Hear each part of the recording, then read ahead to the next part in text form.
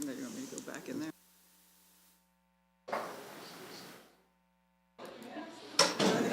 We're good. Okay. Very good, Mr. Chairman. Good morning. I'd like to call the Economic Development Authority meeting to order, March 5th, 2019. Charity, if we can start with a roll call, please. Director Freeman is not here. Director Ward Costello. Director Trant. Here. Director Pelt. Patrick. Here. Vice Chairman Metz is here. Chairman Booth. Here. We do have a quorum. Thank you, Chair. First item of action is the consent agenda, which consists of the meetings from the February 5th, 2019 meeting, as well as the treasurer's report dated February of 2019. Any discussion needed on the consent agenda as presented? Motion for approval. Second.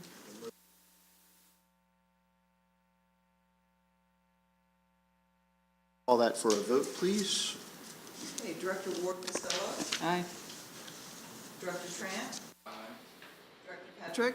Aye. And Chairman Booth. Aye. Thank you. Moving forward to public comments. Don't see any for this morning. We can move into new business. And this morning, very pleased to introduce Steve Herbert, the President, CEO, interim, I guess is the title, correct? Of the HREDA to join us today. Want to allow Steve the opportunity to kind of run through where we are, what the future looks like, and then we can kind of open it up to a dialogue and discussion following that. Well, thank you, Mr. Chairman, and thank all of you for the opportunity to be last week, and they suggested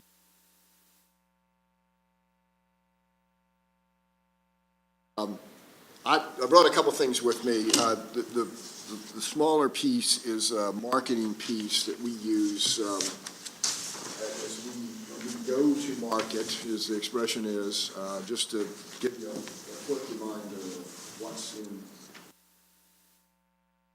So these are pretty up-to-date statistics. The second piece, the larger one, is last year's annual report. We're working on this year's annual report. You got input, I know you will have for text.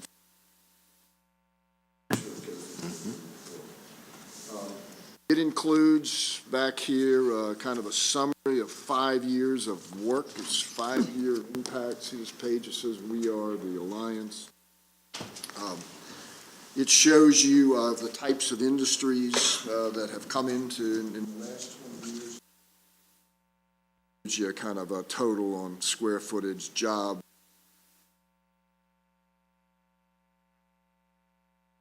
If you follow the news, economic development news over the last couple of years, you know it's struggled coming out of the recession. And it's struggled for about 9, almost 10 years. As a matter of fact, it's only the job level in Hampton Roads that's equal to what it threshold. A lot of reasons for that. I find one of the most interesting charts is we're a lot more into metrics and comparative data. We're just tracking our sister region of Richmond.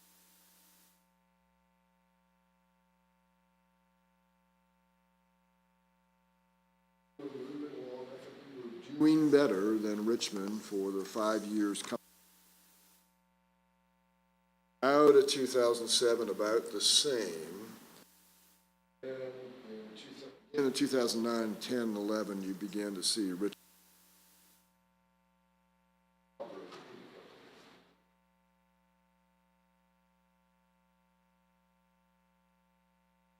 That, as time went on, and to ask the question, what's going on? Why is this? This is supposed to be a recession bulletproof region with all the if you just follow this, that's part of the problem.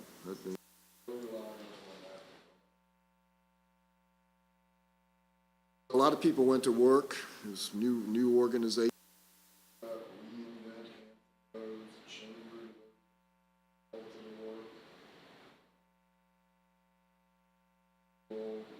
Everybody started looking at that question, how do we get out of this as quickly as we can? So my predecessor, together with the chamber and Reinvent Hampton Roads, hired IBM. And IBM produced this study, which I carry around with, masterpiece reference document for Hampton Roads now, and it's the guiding document, it's a governing document for us in all of our economic development planning. In our Hereda's, the Alliance's business plan for the, and this boiled down to a quick read is that it defines a set of strategic areas, strategic markets, and they're listed on the back here. These are target industries. One of the findings in this study was that the region had kind of a shotgun approach. It had a lot of people doing different things. But without placing blame on anybody, you might have one city going out marketing a whole different what they were interested in. They might show up at the same trade show with two others, and for those businesses or those international consultants who were generating, became oftentimes confusing. What's going on? This was an effort to come up with target industries that every city could agree on. There were a couple of others that have subsequently been noted when a city, for example, all over cybersecurity right now, working on the and so in a minute I'm going to tell you how we account for those kind of things. That these are the big target industries, and in our planning and in our marketing, again falling out of this study, there are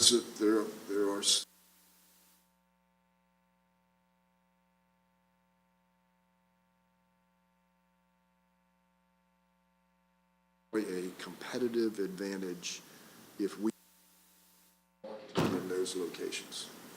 So you've got good analysis, where they are, the strengths and the weaknesses of those wherever they are in this country or internationally. And so out of that comes a set of guiding principles for how you market this year. Our plans for 2019 are to go to those places and to focus on these targets. To that extent, we have reviewed every consultants that we have on board.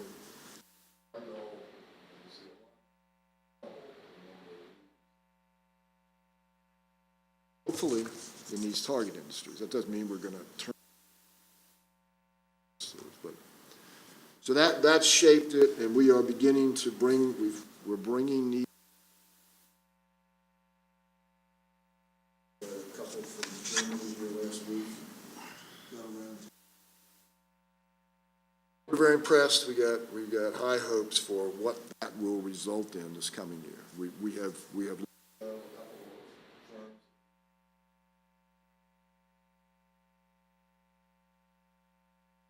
activity levels that we wanted to see coming forward. So we got two in Europe, and we have two.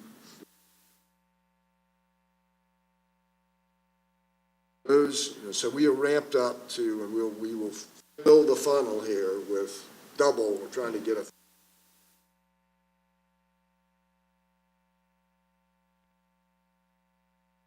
Also spent time in Richmond with the Virginia. And is headed out to any region in the Commonwealth that we know about it. Our policy with the 11 cities that are in the alliance, Poquoson might not be interested in a requirement for 100,000 warehousing. You're going to know that it comes in. You're going to see it, and we're trying to get that same relationship with the state. Whatever comes into the state, which is the big collector of a lot of this stuff. We're spending a lot of time in Richmond these days, making sure we're aligned. Our target industries match up with a lot of theirs. Things that they hear about and know about it when they're trying. So I'm jumping around here, but that's the kind of things that have been going on to fine tune.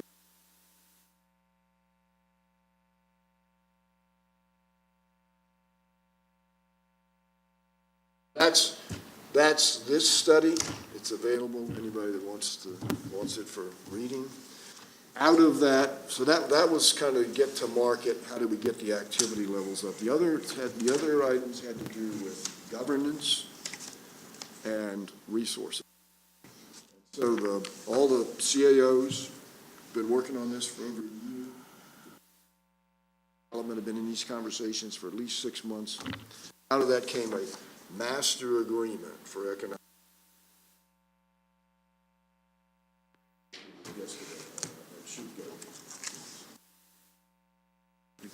Yeah, I do have copies.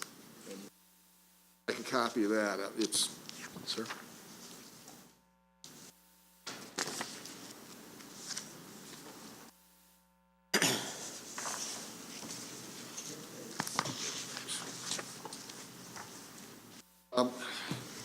this is an agreement which goes to every one of the 11 cities.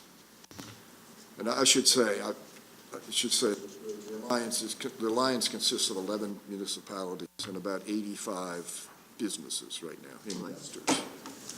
So this is dedicated to the cities, but it discusses the relationship with a city and the relationship with the private sector businesses.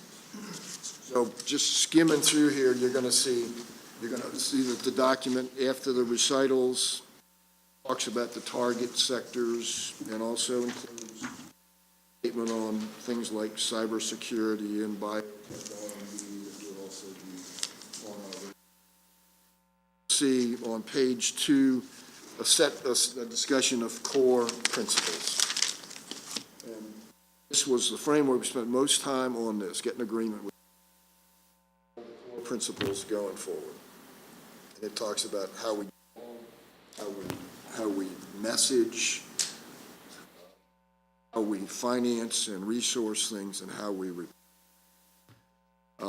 this is a 3-year agreement out of with 30 days notice, but we are hoping we get a 3-year renews, and obviously the point of that is this sustainable funding source that we can work off of.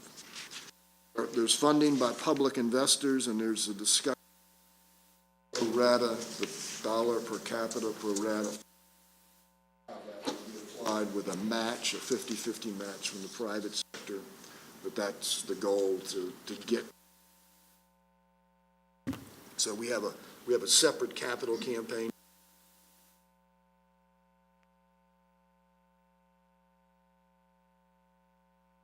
Million to go here, but that'll come out of the quiet phase somewhere in end of April.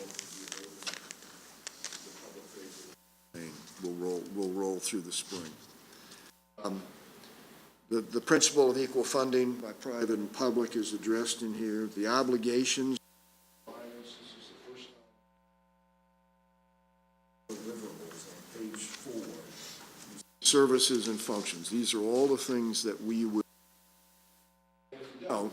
There's provisions in here for any city to object, for us to go through it. And then again, if the city's not satisfied, the city can resign, can leave the alliance. There are obligations of the public investors on here, and that us align and work on the fidelity of the mission here. That is, stay focused on the target industries, work as a team. There's a discussion here of the red team, which is every economic development director of all the 11 cities, their rules and roles.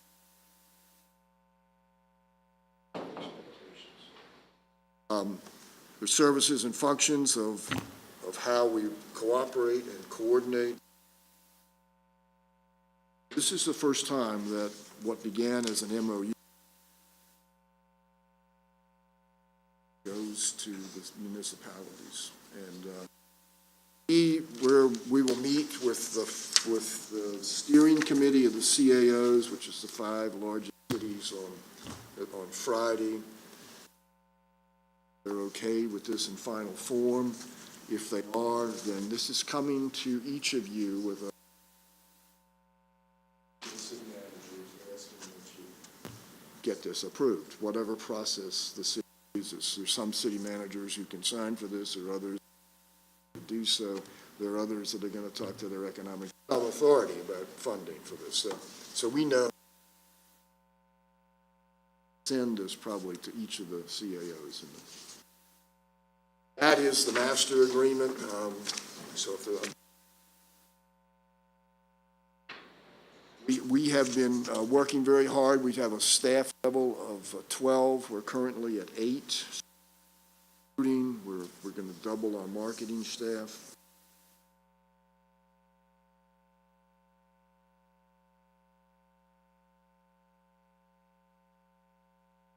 Over the years, they have been labor force analysis.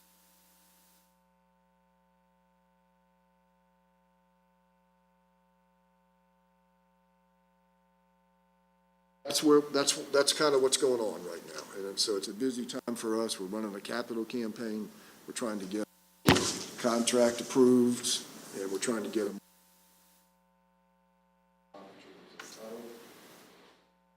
I'm comfortable saying this right now, but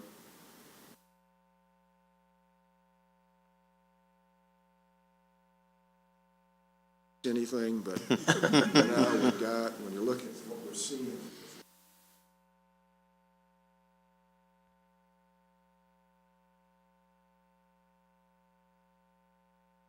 On that as we get into the springtime. So I think everybody's working right now and collaborative.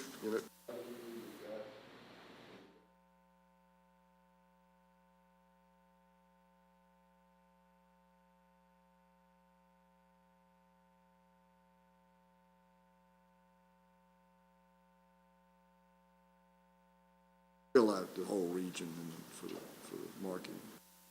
Happy to answer any questions.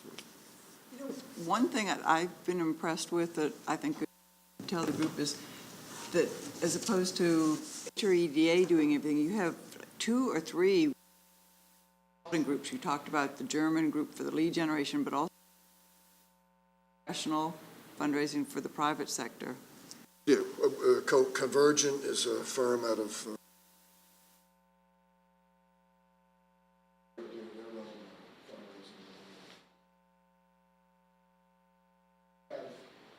it's the strangest fundraising campaign I've ever been in.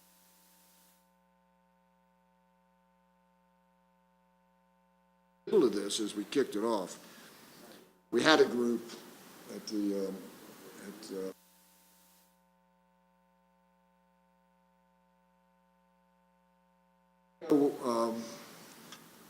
you want dollars, we'll commit to $1.5 million.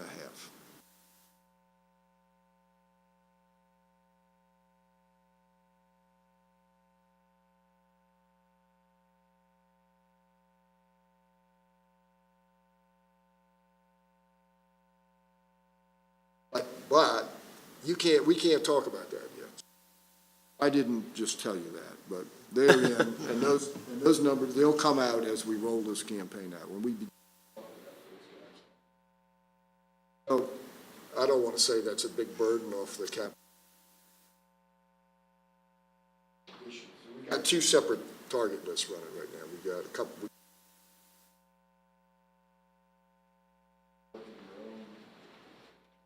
Leads, and we've got our folks, 5 other companies that are investors in this thing right now. So I'm feeling pretty good about our ability to make the $2 million for this, like this contract is with the municipalities for 3 years.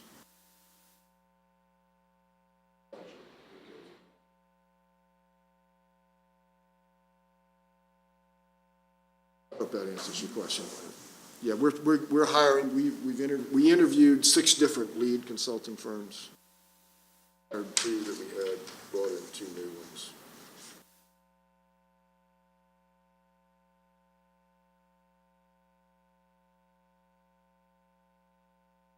Not the same research data that was presented.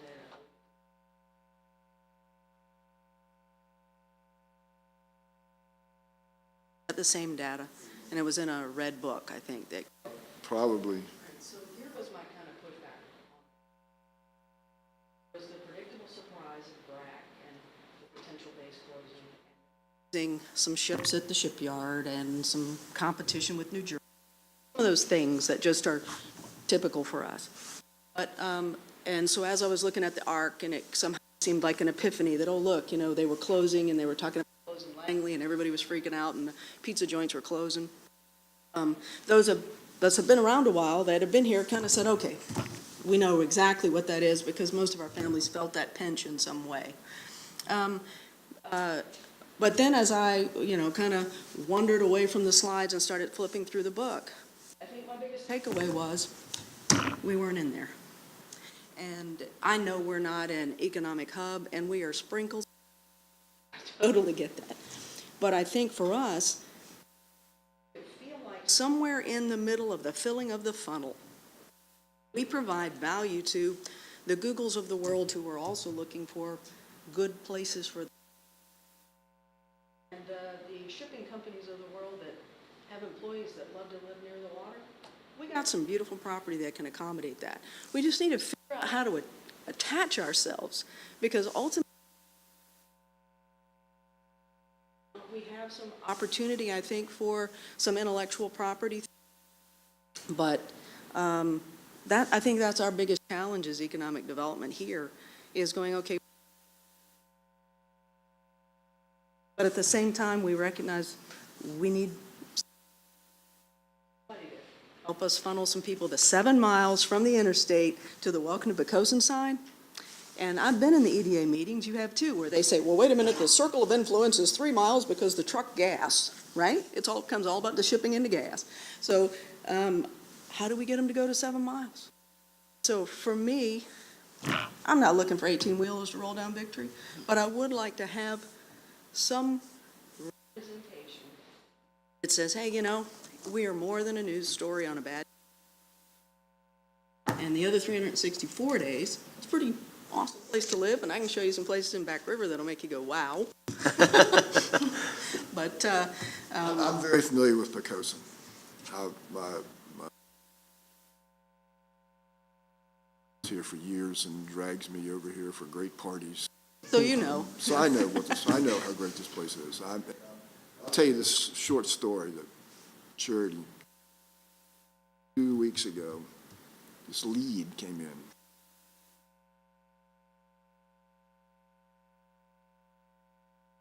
Storefront in a small town atmosphere. First time I heard about it was Amy.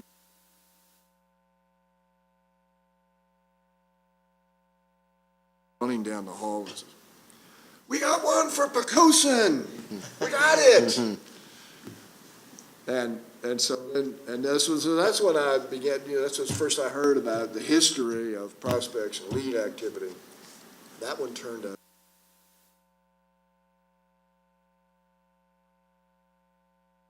Yeah, they wanted that tax incentive of providing a job. You know, Yeah. so you know, but I think we. So here's my goal. I want it to be less of an exciting moment of one than oh geez Louise, another little one for Again, we're the sprinkles. I get that, and I realize that your researchers are going to much bigger things, and our whole region benefits when we have, when IKEA, I don't have to drive to, up I-95. I get that, but just trying to figure out how do we give you what you need so that as the sprinkles appear, there is a value in your conversation to say, Poquoson isn't that last thought. It is there's something you need to know. I agree with you completely. I mean, we had this conversation last week.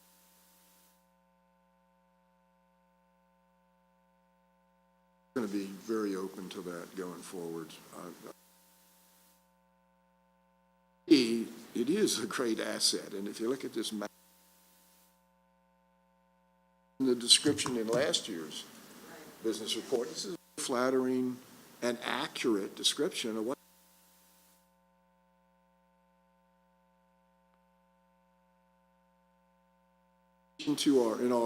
in our scoreboard, on our matrix, on our tote board of how we're doing.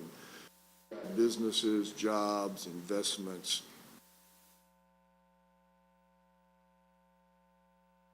Everything things. We'd like to see a better distribution. What we've seen is probably what you've already figured out. Cities with big parcels of land sitting out there, and they are getting the biggest amount of attention right now. The whole element of product is something that we're looking at. But what is it? How do we shape it and talk about it? Just encourage your folks as they're putting this data together, and everything has kind of a syncopated look of this is exactly what each community offers. At Northrop Grumman not even 2 weeks ago, and they're talking about the number of people that live here that work there. So there is a real business coming to an area because where I work isn't where I live, and I think that's captured that there's a little bit of hand-holding because we all know there's a competitive nature. Obviously, I'm not going to compete with the next big ship. I do believe there's some value we offer that we've got to figure. Is that old, the tide floats all the boats? I don't know what that adage goes, but I think for us. That's perfect for Poquoson. Yeah, I think that helps us. So. Yeah, I know it is, and I think it's.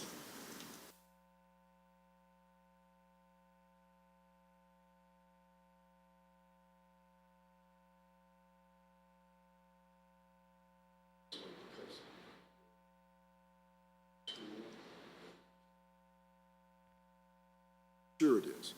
I think that's all I'm asking is trying to figure out how we can be a part, because I know the Googles of the world when they're looking for their places to live, the top 3 things are looking.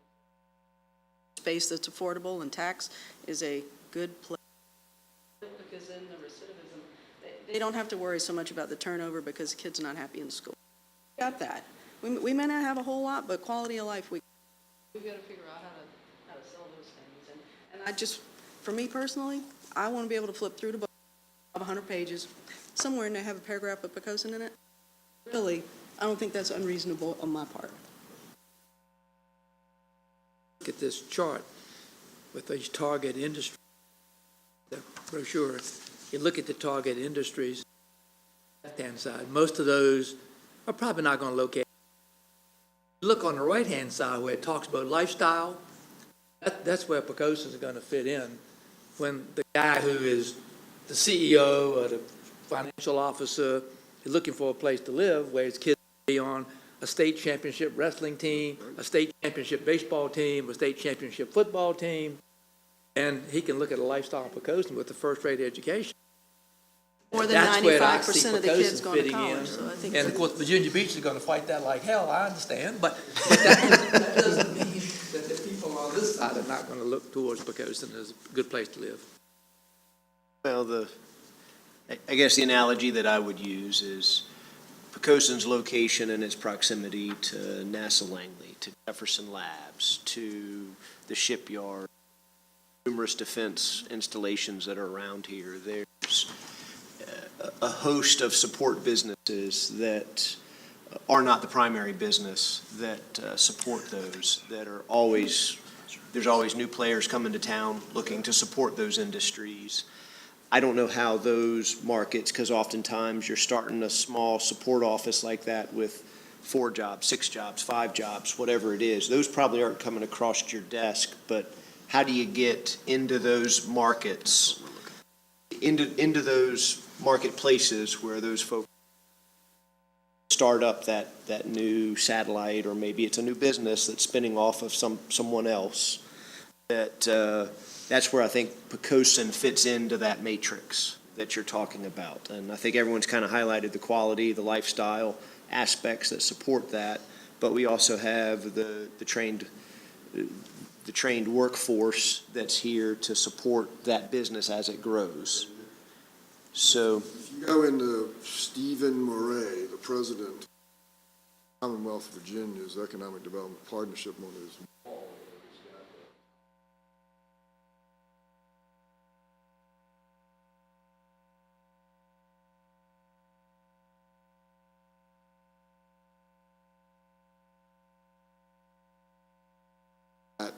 this goes right to your point. You know, if people they can find workforce, if they can find a place where they can live well, that more than any other 2 factors. a lot of technology development that's happening in our region, north shore of the river, north shore of the harbor, not the south shore of the harbor, in support of those major industries, plus all of the minor industries that are there. And I don't know how you get out in front of those, but I think that that's where Poquoson fits matrix, whether it's in the business and shared services sector, or it's in that IT side, cyber side, all of those areas. I think there's kind of opportunity for that. And I guess my pitch to it is, how do we get in those conversations with the 10 jobs created, not the 150 jobs created? Well, that's a good question, and here's how you can do it right away. I mean, we have red teams that now meet every month. CAO comes to a meeting, which I think is every other month. Topics are, the red team is dedicated to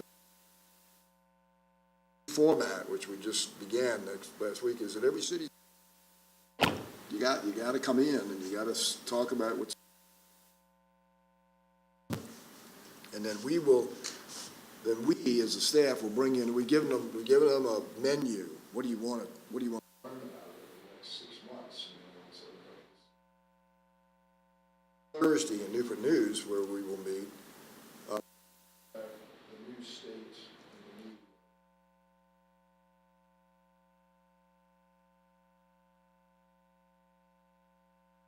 every parcel in our region above 100, it's a certain criteria that would allow it.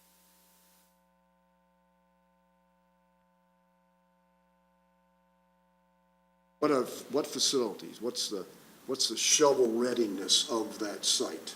And there's a set of criteria. That's the first cut is 100. The next one's going to be at 50.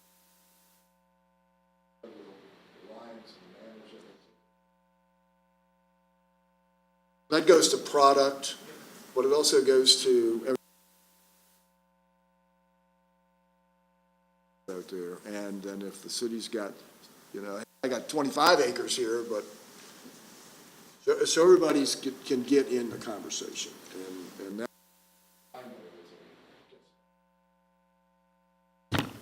the other thing that, we always do is come back to authority if you want updates with you guys, we'd be happy to do it. So. I guess the other question that I had is, I haven't heard the education arm brought into the HREDA discussion, and I guess I'm reminded of a conversation, Amazon deal in DC or Northern Virginia. Part of the attraction was the education component that came to support that, with 1 million square feet of new higher education space to train, I forget what they're, 30,000 new computer science graduates over a course. Where does education fit into HREDA's master plan and the support for your target industry? Series of initiatives that are described and fall out in our business plan right now that have to do with next generation leadership.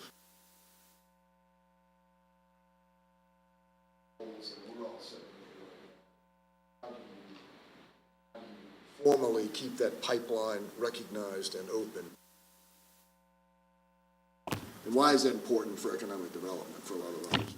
The other one is the education.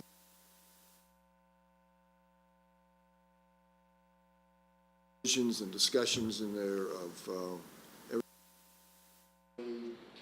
training right now for that, the repair industry, all of the if we are into computer technology, if we're supporting the next ADP down here, what's the plan?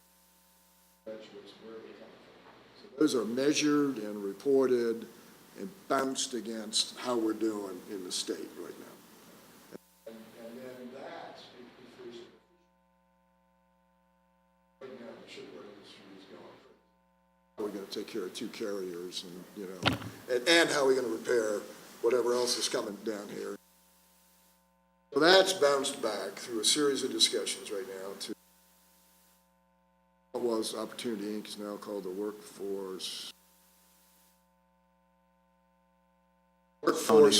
Sean. It's Sean's group, yeah. Yeah. So back in that, now this goes back to them as part of this. This goes back to them, and they begin to develop a strategy and tactics to fill. Okay. And so they, and they're in every one of these meetings. We do not go to a business development meeting with a prospect without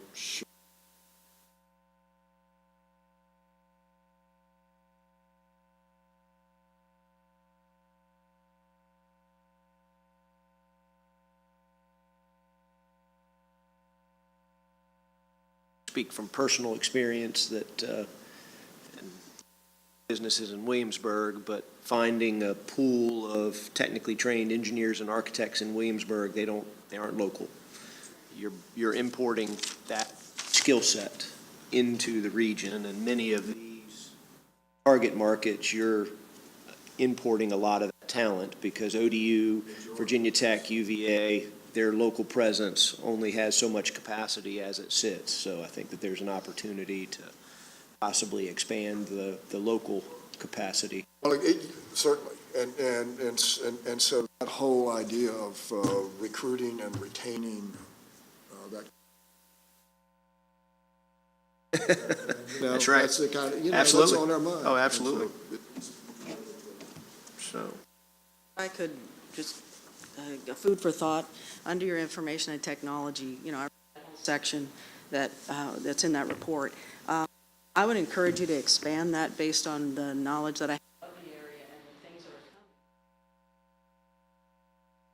coming. System support, because that's all happening now, and even the Virginia Economic Development Partnership is pushing unmanned systems and welcoming them to the Commonwealth. Because we have NASA, we have Huntington Ingalls, we have all these people who are using this AI as well as unmanned. And believe me, that's a whole other state of mojo for Thomas Nelson to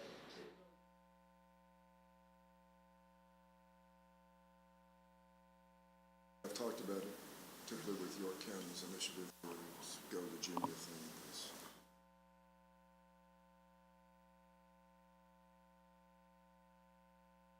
This program of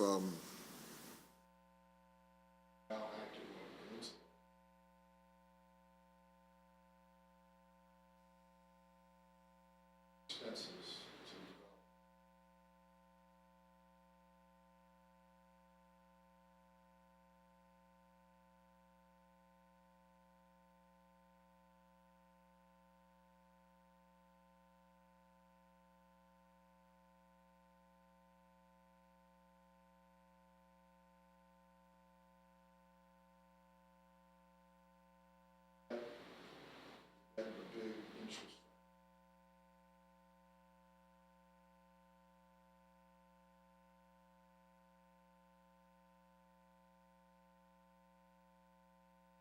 model, a prototype that started over here or something that we're going to try.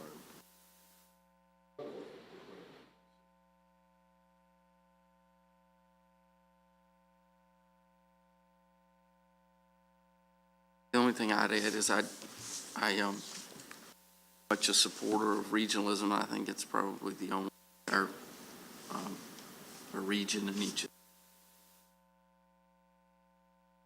sustain and prevail in evolution of our economy. But $12,000 a year, we don't get that back in value, directly or indirectly. And I think part of that's our fault for not being the squeaky wheel and demanding more. I confess that personally, to grumble every year when this comes up on our request and not really sort of take any initiative to see a return on that value that we contribute. But definitely think one or two things need to happen to each other to see that value in terms of support for our staff that they can buy on their own, in terms of research and whatnot. But I mean, let's just all be honest. You can't be all things to all people, no matter how hard you try, and you can't be probably what Poquoson needs in most cases, and that. I mean, that's not a fault or a failure. It's just the circumstances in which we exist, geographically, in terms of our land area and availability. So we need to, I think, work together to find a way where we can get that value directly, and we can feel good as a steward of taxpayers' resources to say that we are getting that value directly and indirectly. Or if not, and if we come with a different funding mechanism, not saying abandon, but a per capita funding arrangement for Poquoson may not be right. That may not be accurate. And I understand the magnitude of that change. It's a small change vis-a-vis Poquoson, fundamental shift in the funding structure, and there's a slippery slope potentially. I get that, but at the same time, there's got to be a recognition. Franklin or Southampton, for example, has similar funding sort of commitment relative to population, but they have a lot more infrastructure, a lot more industrial capacity, land availability, and whatnot. So we're just very unique in the system, and that's not a question or a solution. It's something we really, as a board, have to get, have to nail down and get very comfortable, very quickly, that something that we can, with good conscience, is important and contributes commensurate value to the taxpayers of Poquoson. And that just hasn't been the case yet. And it won't be unless something changes about the way we do. In my limited, perspective.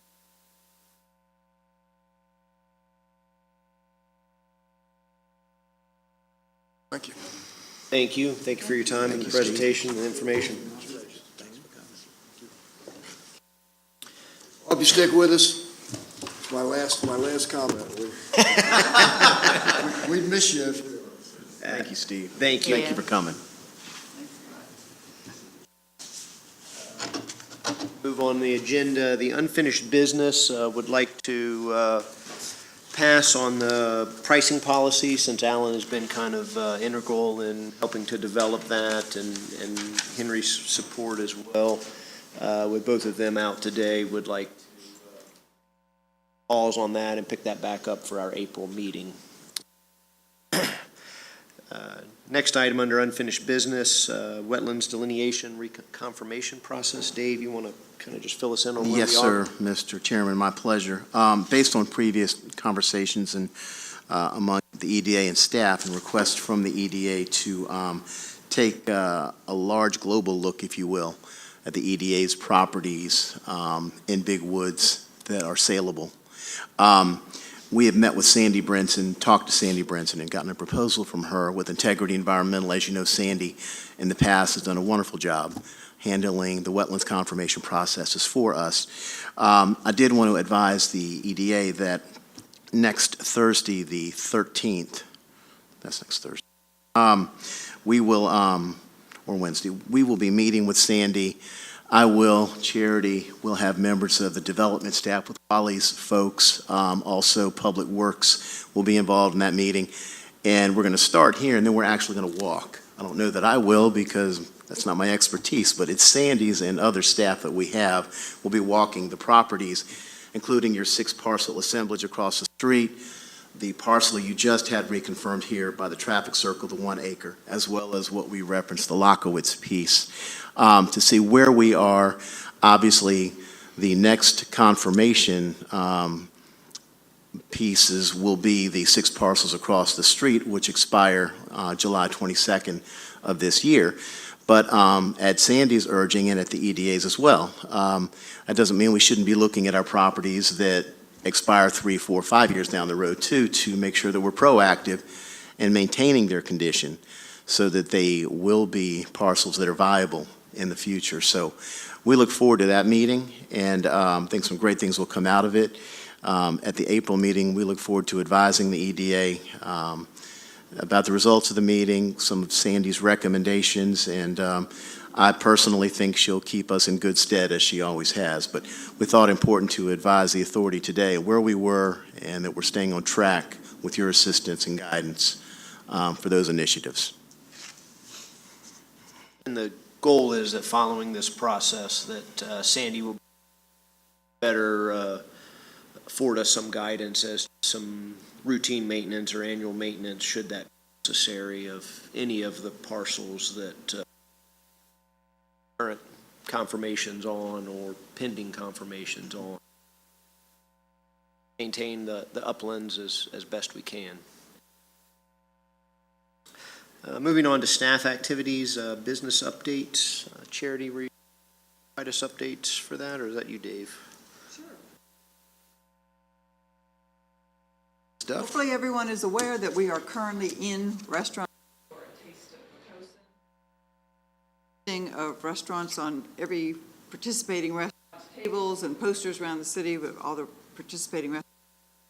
Hopefully, we will continue to improve the sharing online so that everyone is aware of what those specials are or participating in. But we just encourage everyone to go out to eat as many times as possible this week, and the citizens are aware that if they get $50 worth of receipts during this week from participating restaurants, they can go to the Parks and Rec office and receive the free Coast Place mug. So, which we've been trying to get this established as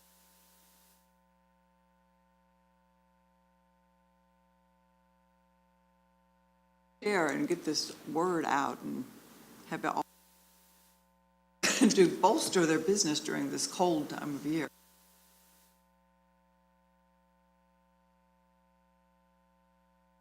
Next thing is that we are doing there's a home-based business conference, and it started with York County doing some things for their home out in the county. That was a big portion of the business and a potential. Well, this year, all the localities have joined a group effort and are holding an event in April. And you can look at it every HBB conference. Next meeting prior to it, so I'll bring some information. But what we did is we sent to the home-based businesses provided an email to us. We have sent out an offer to buy their ticket, $30 value, to they have a current Poquoson business license and they requested it. So we've had 5 or 6 people actually registered under that so far. So we have 4 more slots we offered for 10. I was pleased at the response to it, really. A lot of people do want some help, although they don't always. This is an excellent, and if anyone on the board having a ticket and participating or stopping by there and just happening, I can get a ticket for you, a free days and city leadership to be aware of it. On Friday, April 12th at the Workforce Development Center, I think. Oh, and I will send out some information to everybody, but next meeting we'll have a whole exceptional opportunity. Home-based businesses, a lot of times, are not given the recognition that they should have, and they are really the business startup of some next Apple, for all we know. So, but anyway, I wanted everyone to be aware that that is coming down the pike. We have a next meeting. Yeah, so, well, on one activity, just to let everyone know, Walt Apelt has resigned from the EDA due to some health issues and he's focusing on getting back to health. Council is aware of that and is selection process to try to find a replacement for Walt. Have not received word yet if they'll be on board for our April meeting elections, but the hope, I think, is that there may be. Certainly keep Walt in your thoughts and prayers as he's. The next meeting normally would be scheduled for April 2nd, which is our annual meeting. With that being spring break week, would like to postpone that 1 week to April 9th. Kind of confirm the availability of council chambers is available that.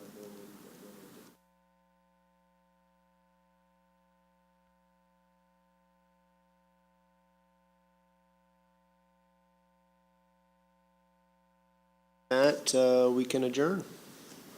Yeah, please. I don't know, sorry, on the HRA sort of business, us, or is it a decision for council? That's a very good question, That's great. Director Trant.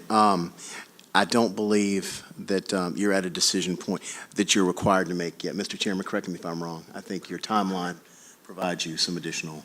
So that's correct. So we've put the request in our budget ask from council. Council is still working through their budget for fiscal year 2020, which would go into effect July 1 of each year.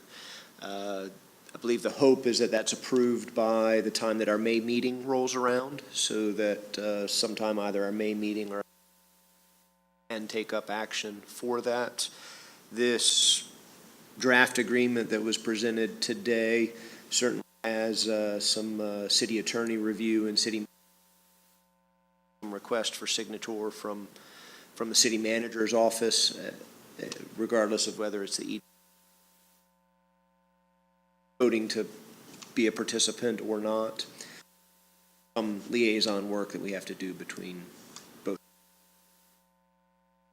If I could brief, go ahead, Tim, I'm sorry.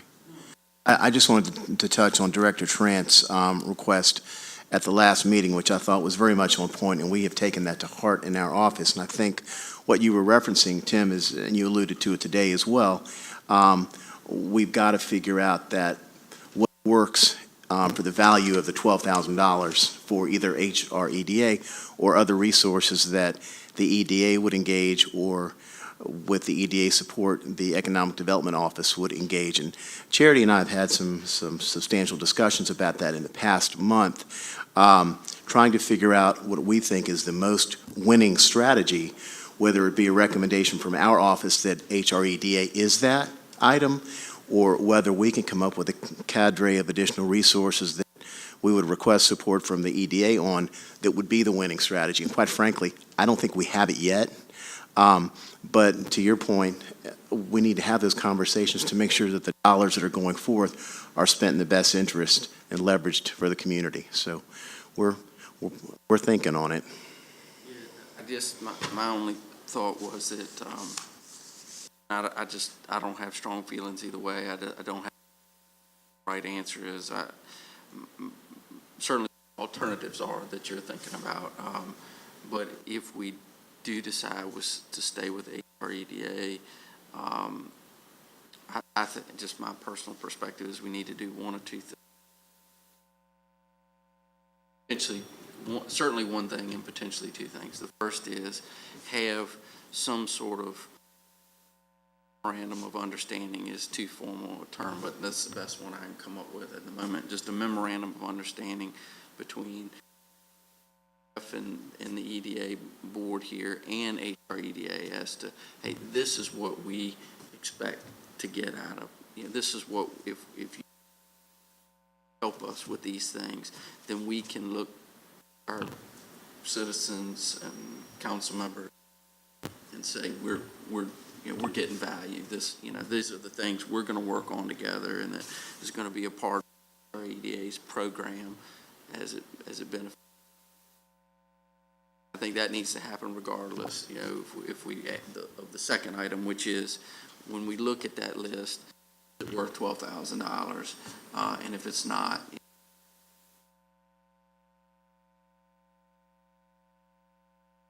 I don't know. I mean, you got to come up with that list first. It's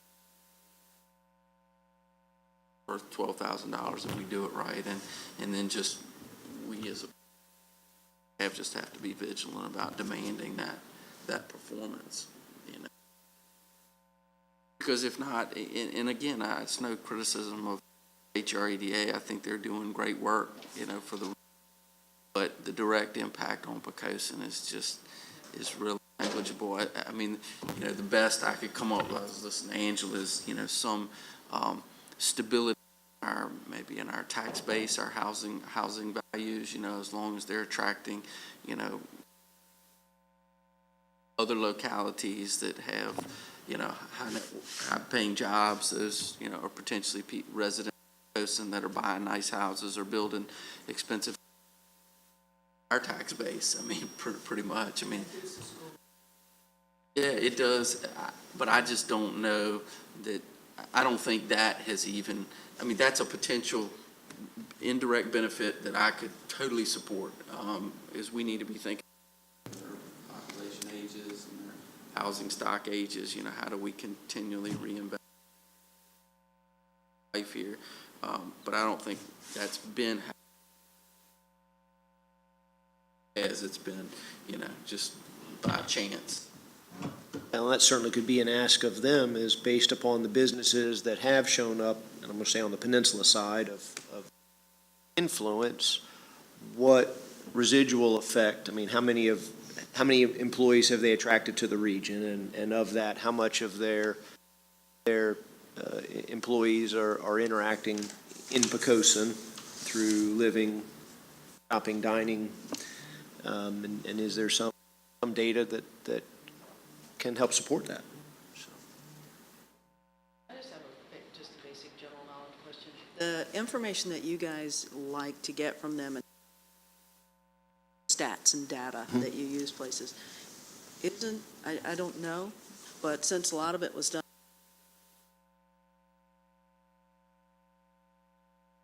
A lot of it is some of the second level Buxton type marketing information that HREDA has or access to. That's of great value to us. That's not something we can really get without engaging a Buxton type group. So I think that has great value. But some of it is Cooper's. If that is indeed the case, then I'd ask you guys look at the cost of that data. That if you were not a part of this data cost, because I'm well aware that lists cost money and specific drill down costs money. So that helps us to also know the offset and potentially the value of the relationship, that return on the investment. Because you have to have that anyway, and it's going to cost you X to get it, and it doesn't have. You see where I'm going with this? Sure, So absolutely. I'm trying to figure out where is the value, because Can I respond with one thing or two things about that, though? I don't know, it was more than 4 years ago. It was a period. I actually tried to jump onto that data, and I went to Christopher Newport as a library and went into their databases and tried to see what I could glean myself. First of all, not being a data specialist. Secondly, not having access, having limited access dive deep, you can get some surface types of things, and the cost to subscribe to all of those databases. So first of all, you need to be able to just get into it on a deeper level than you can just by going to the university library. And secondly, you need to know what it is you're looking for and how to pull it together. I mean, you need a research specialist a lot of times to make sense of it and to pull it together in a useful manner. Because I spent like a day there trying to see if I could understand some of those databases. I think that's my point, though, is making sure you capture that as line items of value to you, is that data that otherwise would cost X to get. That includes the time, it costs money for you to sit there and look at it, too. But if somebody's handing it to you, this percent, somehow that's valuable. Just capturing that on a line item somewhere, I think, helps. Whether it's membership to CoStar, I can't remember a lot of those big databases, and pulling through certain data that you want and then making sense of it, so. Meeting, I'm going up. Thank you.